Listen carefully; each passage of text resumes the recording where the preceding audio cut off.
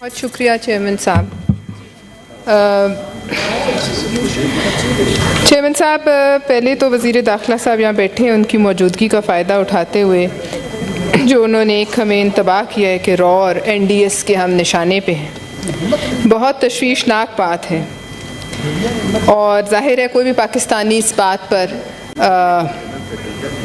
परेशान होगा। और पिछले कुछ अरसे से जो आप और हम देख रहे हैं कि मुआहदे हो रहे हैं, फिर मुआहदे यकतरफ़ा तौर पर ख़त्म हो रहे हैं, लेकिन अफसोस ये है कि इन हालात में जिनका अंदाज़ा ज़्यादा इनको है, चूँकि वज़ीर दाखिला है या हुकूमत को है या वज़ीर आज़म को है, क्योंकि उनके हाथ के नीचे तमाम एजेंसीज़ हैं और तमाम वो लोग हैं जिन्होंने इनको बताना है कि मुल्क के क्या हालात।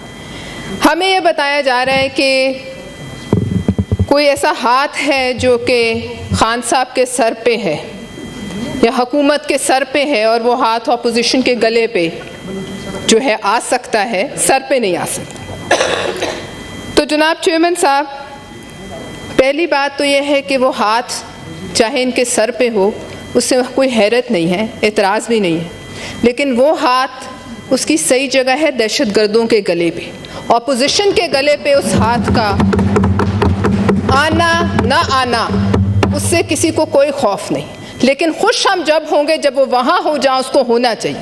और हैरत इस बात पे इसलिए नहीं कि ज़रूर होगा हुकूमत के हाथ पे, क्योंकि सर पे हाथ तो यतीमों के होते हैं और सर पे हाथ यतीमों के हैं, और इसमें कोई दो राय नहीं। और बेशक ये हाथ वहाँ रहे, हमें इससे कोई, लेकिन काम नहीं, ये काम नहीं। और इन हालात में ये बिल्कुल इनका काम नहीं कि उस हाथ की तरफ इशारा करें या उस हाथ पे हम बहस करें या हमारे टीवी स्क्रीनों पे वो हाथ मौजू रहे, जबकि हमारा मुल्क, और हम इनकी बात मानते हैं, इनके पास इंटेलिजेंस है, इन्होंने हमें बताया कि हमारा मुल्क दहशत गर्दों के रॉ और NDS के निशाने पे। और NDS कौन है? जिनके लिए चंद दिन सामने वाले हॉल में हमने कितने अरब रियाल जमा किए। उसके बाद आपने देखा कि हमारे बॉर्डर्स पे किस तरह से बाढ़ उखेड़ी जा रही थी। उसका कोई जवाब है हमारे पास? किसने बाढ़ उखेड़ी?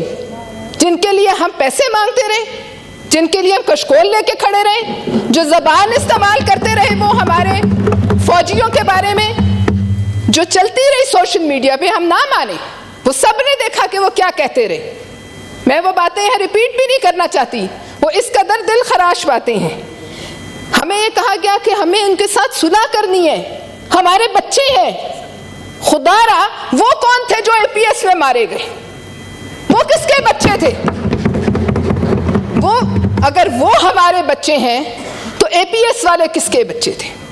और फिर हमें बुला के, चूंकि वो बातें अब यहाँ नहीं की जा सकती, इन कैमरा में बताया गया कि हमने सुलह की है, लेकिन क्या ये हमारा हक है कि हम वो सुलह करें? क्या रियासत का भी हक है? क्या इस्लामी कवानीन के मुताबिक भी उसका हक है जिसका कोई नहीं मारा गया? हक उसका है जिसके लवाहिकीन मारे गए।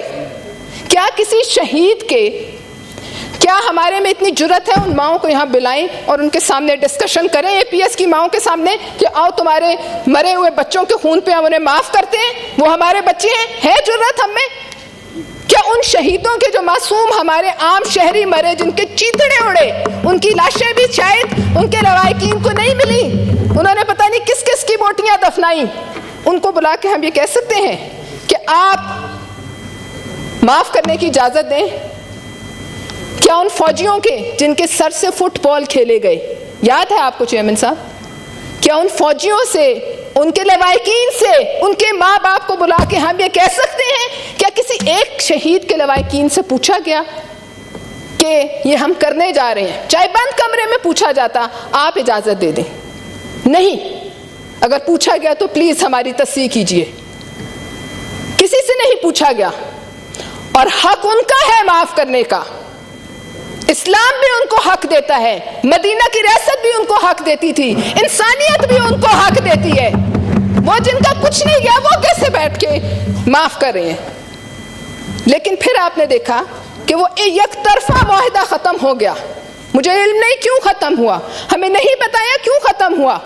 उस मुआहदे से पहले और उस मुआहदे के बाद हमारी लॉ इन्फोर्समेंट एजेंसीज पे दर पे हमले होते रहे, पे दर पे हमले होते रहे। हमें कुछ पता नहीं, हमें कोई अफसोस नहीं, हमें कोई फिक्र नहीं। हम अगर कहते रहे तो चोर डाकू, इसके अलावा हमने कोई बात नहीं। आज वजीर आजम साहब कहते हैं मैं निकल के खतरनाक हो जाऊं। Thank you. आप बैठे हुए ज्यादा खतरनाक है, आप बैठे हुए ज्यादा खतरनाक है, हमें इस बात का इल्म है। लेकिन आप खतरनाक हो ना हो, ये जो हुकूमत और रियासत पे जंग जिन्होंने छेड़ दी है, इनसे लड़ने का क्या प्लान है? इनसे लड़ने का भी तो कोई तरीका हमें बताइए। ये तो नहीं हो सकता ना कि यजीद से भी यारी और हुसैन को भी सलाम। एक को चूज करो, या यजीद के साथ खड़े रहो या हुसैन के साथ खड़े रहो। Thank you. यजीद को अपने बच्चे कहने वाले आप हो सकते हैं, हम नहीं है। जिसके हाथ में एक पाकिस्तानी का खून है, वो किसी का यहाँ इस तरह बैठे हुए का बच्चा नहीं है। थैंक यू जी, बहुत शुक्रिया। सेनेटर राना मकबूल साहब। शुक्रिया।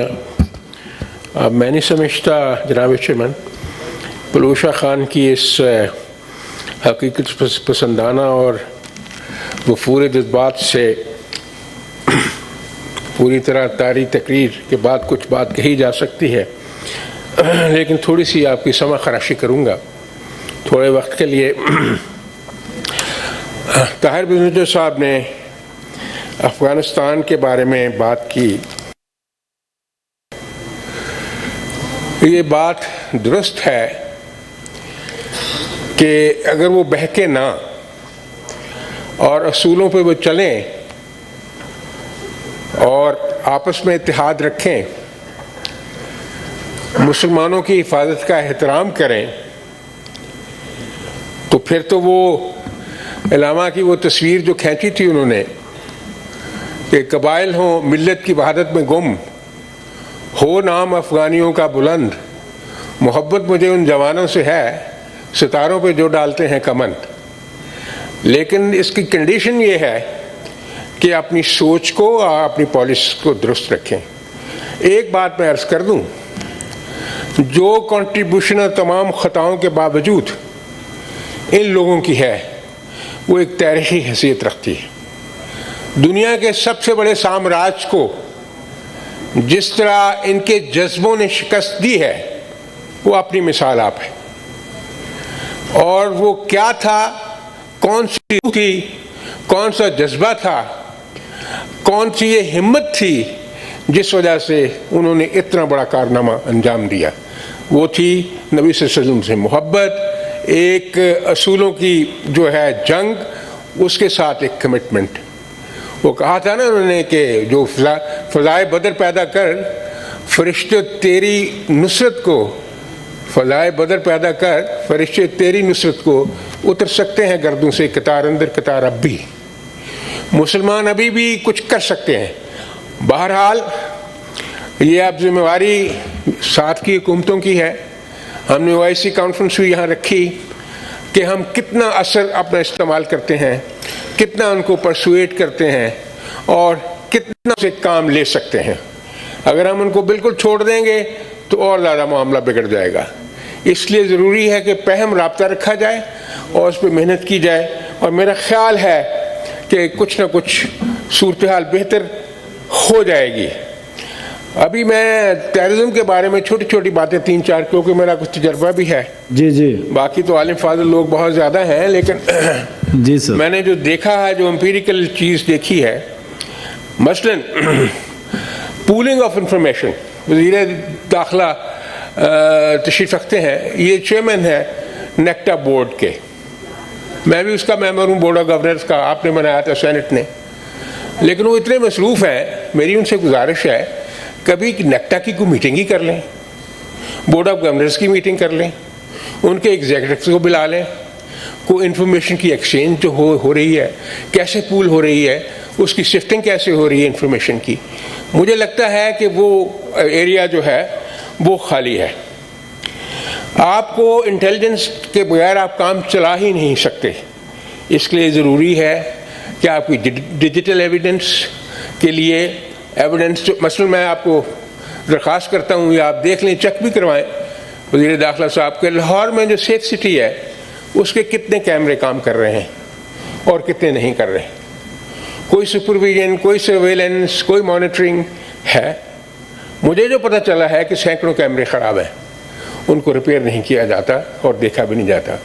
और आपको याद होगा कि बहुत बड़े बड़े वाक़यात हुए जिसमें वो मुबीन शहीद भी शहीद हुए थे, वो उस कैमरों की वजह से वो टेररिस्ट पकड़े गए और वो अपने अंजाम को पहुँचे। इसलिए जितनी भी इनके पास ये मशीनरी है उसको गेयर अप रखा जाए। ये ना हो कि जैसे मरी की मशीनरी जो है, जो बर्फ़ हटाने वाली 30 मशीनों में से 20 खड़ी थी और 10 ने पता नहीं काम किया नहीं किया। तो ये सुपरविजन और मॉनिटरिंग जो है ये बहुत बड़ा एरिया ऑफ वीकनेस है। और इम्प्लीमेंटेशन की साइंस जो है, मेरा ये व्यू बन गया देख देख के कि हमारे दोस्तों में वो नहीं है। चीज़ों को इम्प्लीमेंट नहीं कर सकते, बात कर देना और कह देना और अखबार में दे देना, टीवी पे कह देना, उससे फ़र्क नहीं पड़ता। देखना कि अमली तौर पे उसका क्या असरात मुरतब हुए हैं। आपको याद होगा कि बड़ा उस वक्त सूरत हाल ख़राब थी, या ये भी कम्युनिटी को मोबिलाइज करें। यानी एक वैगन चलती थी, वैगन वो फैब्रिकेट करते थे और मुख्तलिफ शहरों में हमले करते थे। उन्होंने लाहौर में धमाके किए उसी तरह की वैगन तैयार करके। जी सर, मैं आपको बताता हूँ पब्लिक विजिलेंस क्या चीज़ है। तो तनूर था एक फैसलाबाद में सर, तो 5 मिनट हो गए, मैं बाकी साथी भी हैं सर। जी सर, आपको पता मैं तो ज़्यादा वक्त आपका लेता ही नहीं। जी जी, मैं एक मिसाल दे रहा हूँ इनको प्रैक्टिकल। तो तनूर था, उस पर रोटियां लगवाने के लिए लोग आते थे।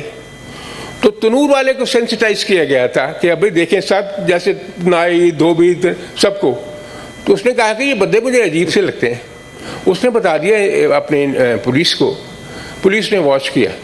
उन्होंने जब रेड किया तो 8 लड़के वहाँ से निकले और 8 वो एक्सपर्ट थे बॉम्ब बनाने के और फैब्रिकेट करने के। मटेरियल भी निकला।